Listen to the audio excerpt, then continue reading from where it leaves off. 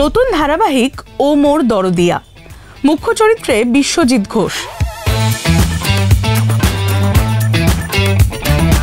ইন্ডাস্ট্রিতে যাতায়াত থেকেই একদিন জুনিয়র আর্টিস্ট হিসেবে ডাক, এরপর চাকরিতে ফেরেন। অভিনয়ের টানে কিছু না ভেবেই ফের চাকরি ছাড়া। কেমন করে ধারাবাহিকের মুখ্য চরিত্র হয়ে উঠলেন, সেট ঘুরিয়ে দেখাতে দেখাতে জানালেন পর্দার অনিরুদ্ধ। প্রথম উইকে এত সাফল্য, তো এইটা এক্সপেক্টেড ছিল? দর্শকরা তো ভীষণ ভালোবাসা দিয়েছেন। হ্যাঁ, প্রথম উইকে সাফল্য বলতে আমি আবার ঠিক ওই টিআরপি দিয়ে বিচার করি না। সাফল্যটা তখনই যখন পাশের বাড়ির মাসিমা কাকিমারা বলে যে তোর ওইটা দেখছি খুব ভালো লাগছে, কিন্তু তারাই তো আসল দর্শক। তো সেখানটায় আমার মনে হলো কোথাও একটা গল্পটা টাচ করেছে।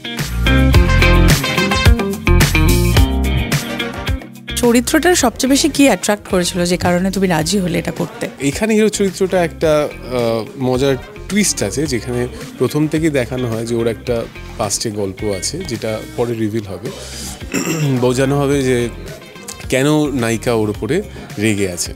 তো সেটা একটা গল্প আছে, বাট এখন সেটা বলা হচ্ছে না, একটা ফ্ল্যাশে যাচ্ছে। চরিত্র বিল্ড আপ করার পাশাপাশি একটা কেমিস্ট্রি নতুন করে তৈরি করা, সেটাও তো একটা সিরিয়ালের মানে অঙ্গ বলা যেতে পারে, মানে দর্শক তো সেটাও দেখেন। এইটা নিয়ে আমি দেখেছি, মানে আমাদের আর্টিস্টরাও অনেক সময় দেখেছি খুব এই কেমিস্ট্রি নিয়ে বিষয়টা ভাবেন।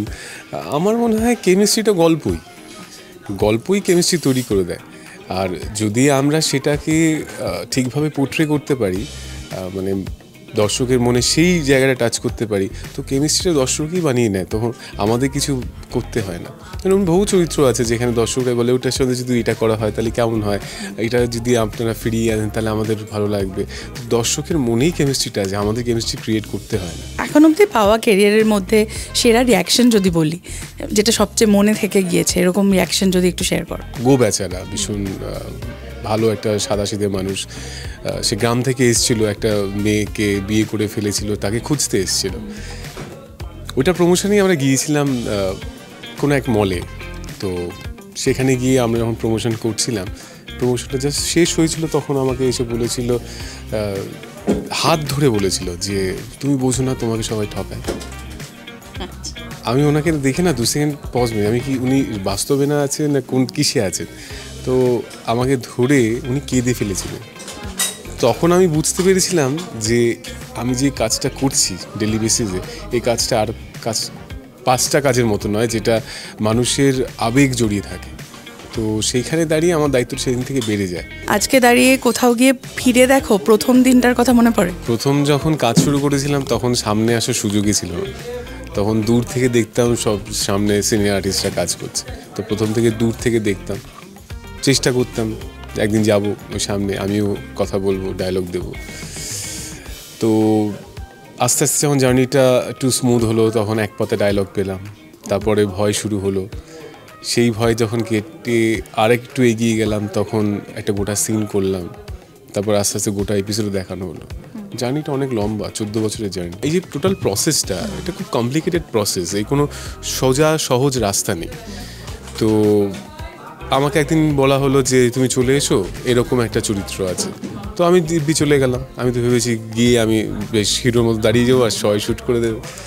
তাও দেখলাম না, ক্যামেরা রয়েছে ওই কোনায়, সামনে কেউ একজন বকবক করছে, আমি আছি ওই কোনায়। করে যখন বাড়ি ফিরে গেলাম, 2-3 দিন পর গিয়ে শুনতে পেলাম যে আমি অ্যাকচুয়ালি যে কাজটা করলাম, এই কাজটাকে বলা হয় জুনিয়র আর্টিস্টের কাজ। Junior artist. মাকে যখন বলতাম, মা আজকে আমি এই সিরিয়ালটাতে না আছি, তবে দেখে নিও, মা বললো কোথায়? আমি তো পা দেখলাম। পা দেখালো, আছে ঠিক আছে। আমার ক্যামেরা তো পুরোটাই ধরা ছিল, আমার তো আমি বুঝতেই পারিনি যে পাটা ধরছে, ওই টেকনিক্যাল সেন্সটা যখন ছিল না। তখন আমার মনে হলো ঠিক আছে, হিরো যখন এন্ট্রি নেয় তো এইভাবে নেয়, আগে পা দেখায়, তারপর হাত দেখায়, তারপর পিছন দেখায়, তারপরে ক্যামেরার সামনে আসে। এটা মনে মনে ভাবনা ছিল। তারপর অঘবধূ সুন্দরীতে এমন একটা সময় এলো, একদিন ক্যামেরার সামনে এলো, ডায়লগ পেলাম, ভালো রোল পেলাম, যে রোলটা খুব চ্যালেঞ্জিং ছিল। অঘবধূ সুন্দরী ভীষণ হিট ছিল সেই সময় স্টার জলসায়। ডবল রোল প্লে করেছিলাম সেই বয়সে দাঁড়িয়ে, যখন আমি কলেজে পড়ি। আমার প্রথম লিড যদি হয় সেটা হচ্ছে প্রফুল্ল। ভীষণ আনকোড়া একটা ছেলে ছিলাম তখন। সঞ্জয় ঘোষ নিজের মতো করে গড়ে নিয়েছিলেন।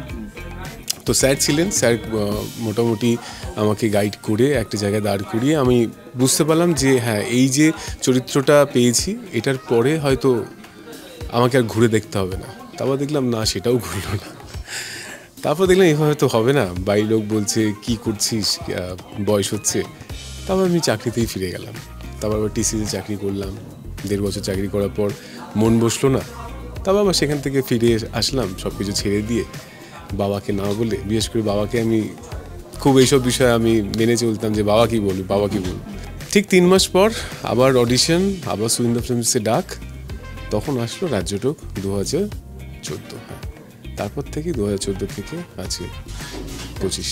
আমি নিজেকে এমন একটা জায়গায় দেখতে চাই যে আমি প্রত্যেক দিন কাজে বেরোচ্ছি। আমি নিজেকে দেখতে চাই খুব ব্যস্ত।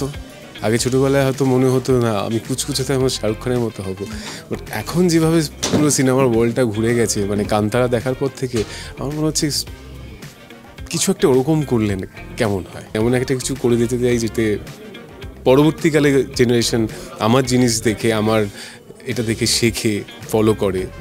চেষ্টা করছি সেরকম কিছু করার।